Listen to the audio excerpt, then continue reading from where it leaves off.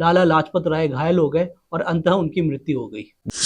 लेकिन उसके तुरंत बाद ही भगत सिंह ने 3 से 4 गोलियां दागकर उसकी मृत्यु का इंतजाम वहीं कर दिया। ऐसी जगह बम फेंका जहाँ पे कोई भी लोग मौजूद नहीं थे। असेंबली चारों तरफ से धुएं से भर गई।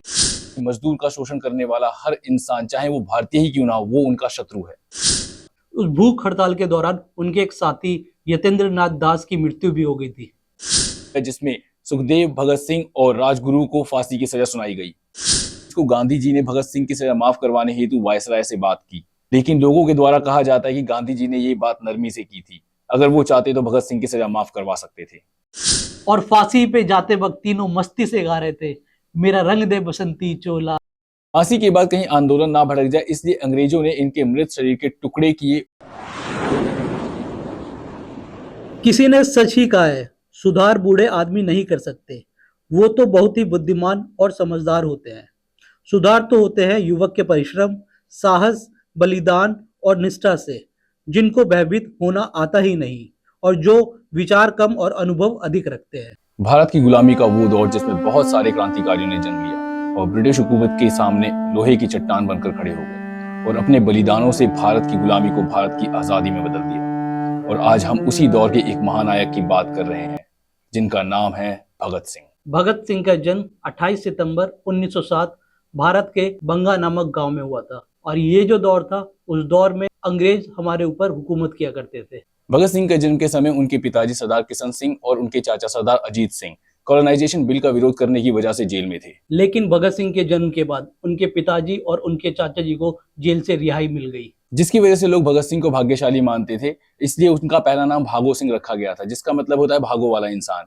और भागो सिंह समय के साथ साथ भगत सिंह बन गए। भगत सिंह का बंदूकों से दूर दूर तक कोई नाता नहीं था। माना यह भी जाता है कि भगत सिंह बहुत ही ज्यादा इंटेलिजेंट हुआ करते थे। कुछ आर्टिकल ये भी क्लेम करते हैं कि मात्र 23 साल की उम्र में उन्होंने लगभग 250 किताबें पढ़ डाली थी। 13 अप्रैल 1919 को जलियांवाला बाग हत्याकांड हुआ। उस समय भगत सिंह की आयु मात्र 12 वर्ष के आसपास थी। जैसे ही उन्हें जलियांवाला बाग हत्याकांड की सूचना मिली, वो अपने स्कूल से 12 मील का सफर तय करके जलियांवाला बाग पहुंच गए और जलियांवाला बाग हत्याकांड ने उनकी सोच पर गहरा प्रभाव डाला।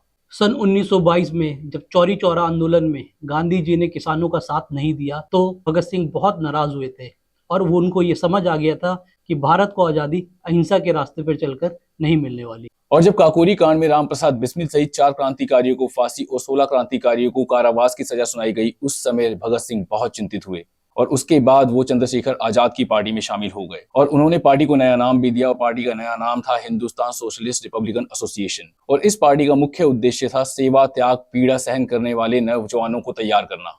सन 1928 में साइमन कमीशन के विरोध में हिंदुस्तान में बहुत ही भयानक प्रदर्शन हुए। इसी प्रदर्शन को रोकने के लिए अंग्रेजों के द्वारा लाठीचार्ज भी किया गया और इसी लाठीचार्ज के दौरान लाला लाजपत राय घायल हो गए और अंततः उनकी मृत्यु हो गई। लाला लाजपत राय की मृत्यु के बाद भगत सिंह और उनके साथी अपने आप को रोक नहीं पाए और उन्होंने पुलिस सुपरिटेंडेंट स्क्वाड को मारने की योजना बनाई। इस योजना के तहत भगत सिंह और राजगुरु दोनों लाहौर कोतवाली के सामने व्यस्त मुद्रा में टहलने लगे और उधर जय गोपाल अन्य साथियों के साथ ऐसे बैठे हुए थे कि मानो उनकी साइकिल खराब हो गई हो।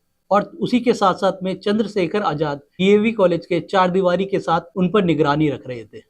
17 दिसंबर 1928 को एसपी सैंडर्स के आते ही राजगुरु ने उसके माथे में एक गोली मारी, जिससे उसकी मृत्यु वहीं हो जाना निश्चित था। लेकिन उसके तुरंत बाद ही भगत सिंह ने 3 से 4 गोलियां दागकर उसकी मृत्यु का इंतजाम वहीं कर दिया। पूरी घटना को अंजाम देने के बाद एक सिपाही उनका पीछा करने लगा। चंद्रशेखर आजाद ने उनको सावधान भी किया कि अगर तुम मेरे पीछे आए तो मैं तुम्हें गोली मार दूंगा। उसके बावजूद उस सिपाही ने उनका पीछा करना जारी रखा। अंततः चंद्रशेखर आजाद को उनको गोली मारनी पड़ी और इसी के साथ लाला लाजपत राय के मौत का बदला पूरा हुआ। भगत सिंह कभी भी किसी का खून नहीं बहाना चाहते थे, लेकिन वो वामपंथी विचारधारा से प्रभावित थे तथा कार्ल मार्क्स के सिद्धांतों से उनका गहरा ताल्लुक था और वो कभी भी पूंजीपतियों के द्वारा किसी भी मजदूर का शोषण होते हुए नहीं देखना चाहते थे। और इसीलिए मजदूर विरोधी नीतियों को वो ब्रिटिश संसद में पास नहीं होने देना चाहते थे और यही उनके दल का निर्णय भी था। वो ऐसा चाहते थे कि अंग्रेजों को ये पता चल जाए कि हिंदुस्तानी अब जाग चुके हैं और इन सब नीतियों का हिंदुस्तान के हृदय में बहुत ही ज्यादा आक्रोश है। ऐसा करने के लिए उन्होंने दिल्ली की केंद्रीय असेंबली में बम फेंकने की योजना बनाई। भगत सिंह नहीं चाहते थे कि बम फेंकने की योजना में कोई भी खून खराबा हो, लेकिन यही उनको सही तरीका लगा अपनी बात अंग्रेज सरकार तक पहुंचाने का। भगत सिंह और बटुकेश्वर दत्त ने 8 अप्रैल 1929 को असेंबली में ऐसी जगह बम फेंका जहाँ पे कोई भी लोग मौजूद नहीं थे। असेंबली चारों तरफ से धुएं से भर गई, और भगत सिंह चाहते तो वहां से फरार हो सकते थे, लेकिन उन्होंने पहले से ये ठाना हुआ था कि वो अपनी गिरफ्तारी दे देंगे और चाहे उसकी सजाए मौत ही क्यों ना हो। और उन्होंने भागने से मना कर दिया। उस समय उन्होंने खाकी कमीज और निक्कर पहने हुए थे। बम फटने के बाद उन्होंने नारे लगाए, इनकलाब जिंदाबाद, साम्राज्यवाद मुर्दाबाद, और अपने साथ लाए पर्चे उन्होंने हवा में उछाल दिए। कुछ ही समय में पुलिस आ गई और दोनों को गिरफ्तार कर लिया गया। उसके बाद भगत सिंह लगभग 2 साल तक जेल में रहे। जेल में भी उनका अध्ययन निरंतर जारी रहा। उनको हिंदी, उर्दू, इंग्लिश और बांग्ला भाषा आती थी, जो कि उन्होंने बटुकेश्वर दत्त से सीखी थी। अपनी जेल के दौरान उन्होंने कई पत्र और कई लेख लिखे जो आज भी उनके विचारों के दर्पण हैं। अपने पत्रों और लेखों में उन्होंने बार बार कहा कि मजदूर का शोषण करने वाला हर इंसान, चाहे वो भारतीय ही क्यों ना हो, वो उनका शत्रु है। उन्होंने जेल में अंग्रेजी में एक लेख लिखा, मैं नास्तिक क्यों हूँ।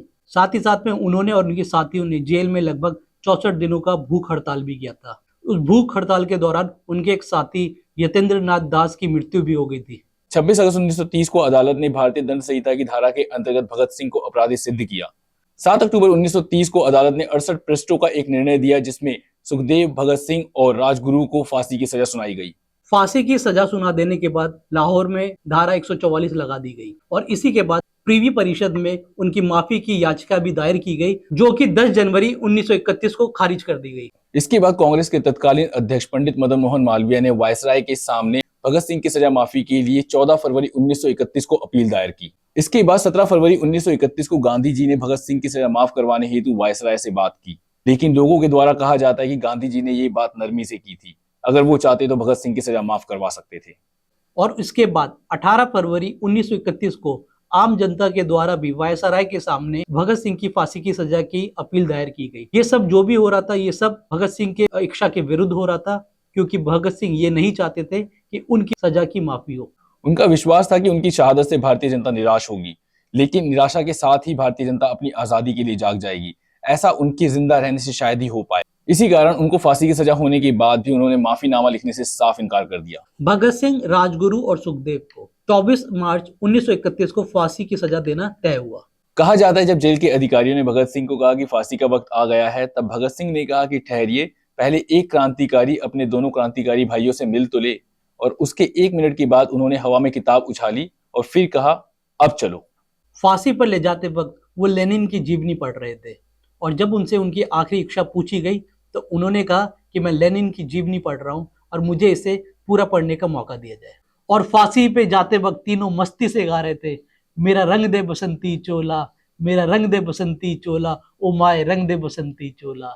ब्रिटिश सरकार को यह भी पता था कि जब उनको फांसी की सजा दी जाएगी तो भारत का जन सैलाब उमड़ पड़ेगा और ब्रिटिश सरकार उनको नियंत्रित करने में असमर्थ रहेगी। इसलिए फांसी की निश्चित तारीख से एक दिन पहले 23 मार्च 1931 को शाम के 7:33 के आसपास भगत सिंह और उनके दोनों साथियों राजगुरु और सुखदेव को फांसी दे दी गई। फांसी के बाद कहीं आंदोलन ना भड़क जाए, इसलिए अंग्रेजों ने इनके मृत शरीर के टुकड़े किए और उनको बोरियों में भरकर फिरोजपुर की ओर ले गए, जहां पर उनको घी के बदले मिट्टी का तेल डालकर जलाया जाने लगा। गांव के लोग आग की तरफ बढ़ने लगे और लोगों को आग की तरफ बढ़ते देख ब्रिटिश सैनिक डरने लगे और डर के मारे जल्दीबाजी में उन्होंने शव को सतलुज नदी में फेंकना सही समझा। गांव वालों ने शव के टुकड़ों को इकट्ठा किया और उसका विधिवत संस्कार किया और इसी के साथ भगत सिंह हमेशा के लिए अमर हो गए।